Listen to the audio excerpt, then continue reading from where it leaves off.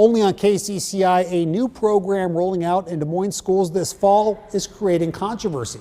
KCCI's Pepper Papura talked with the superintendent this afternoon. Pepper joins us now, and Pepper, they're collaborating with the library on this. They are, Ben. The district says the new partnership will expand the reading options that students have available, but there are some critics of the plan who are concerned about students having access to some of the library's titles.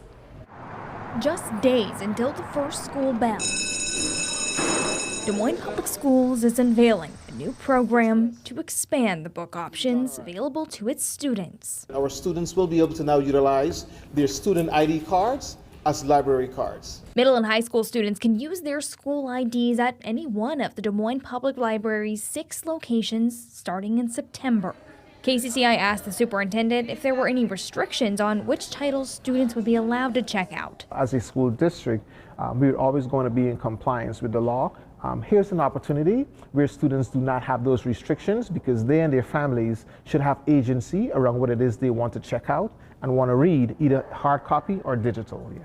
The Polk County chapter of conservative parental rights group Moms for Liberty responded to the new program's lack of restrictions by saying in part, "It is unfortunate that Des Moines Public Schools is choosing to skirt state law by creating a loophole through the public library system." They went on to say DMPS is now opening the door for children to access inappropriate materials under the school's banner and with a school-issued ID. State law does require schools to remove books that contain descriptions or visual depictions of a sex act from school facilities. Sarah Hayden Paris, the founder of Annie's Foundation, opposes that law. She says this expansion feels more like a solution than a political move. I am aware that a lot of the schools have had to remove their libraries. Now, these kids have access to those books that maybe were removed from them, and not because of content concerns or anything, but just because the school could no longer support it. In 2023, the Des Moines Public Library did oppose the restrictions by participating in Banned Book Week,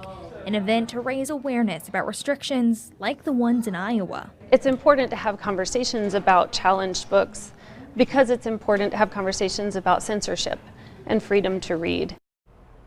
Now, the library does currently sell t-shirts and offer library cards with the tagline from that event. It also has some of the controversial titles in its collection. Ben? All right, Pepper, thank you.